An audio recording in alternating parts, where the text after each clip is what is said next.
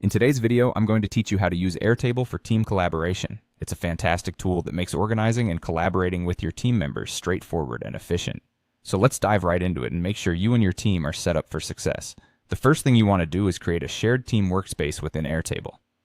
This step is crucial as it lays the foundation for everything else you'll be doing with your team on the platform. You'll start by creating a workspace, which is essentially a digital area where your team can collaborate on various tasks and projects. Once your workspace is ready, you'll want to invite your team members to join. It's pretty simple. Just input their email addresses and send the invitations. As they accept, they'll become part of your shared space.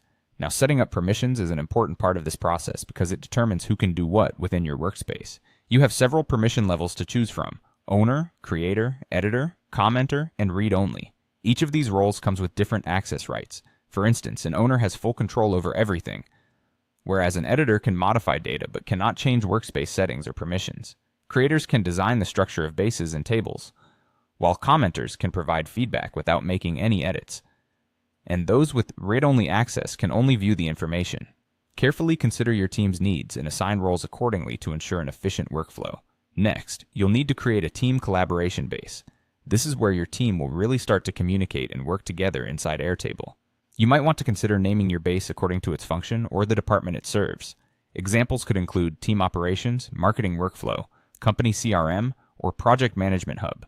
The name should clearly indicate its purpose to all team members, ensuring everyone knows where to go for specific tasks or information. Once your base is set, it's time to create the core collaboration tables. This structure will help organize your work into manageable sections. Start by setting up a tasks table. This is where you will track all individual tasks, assign them to team members, and monitor their progress. It's essential for managing day-to-day activities and ensuring nothing falls through the cracks. Then, establish a projects table. This table gives an overview of larger initiatives that incorporate multiple tasks or span across departments. It allows everyone to see the bigger picture and understand how individual tasks fit into larger goals. Finally, create a team members table. This table acts as a directory for everyone involved, detailing roles, contact information, and responsibilities. Having a clear view of your team helps in resource planning and can facilitate better communication. By following these steps, you'll have a well-structured setup in Airtable, which will allow your team to collaborate effectively.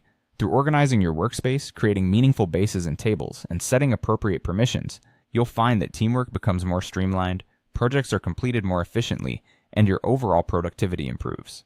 Thank you for watching, and happy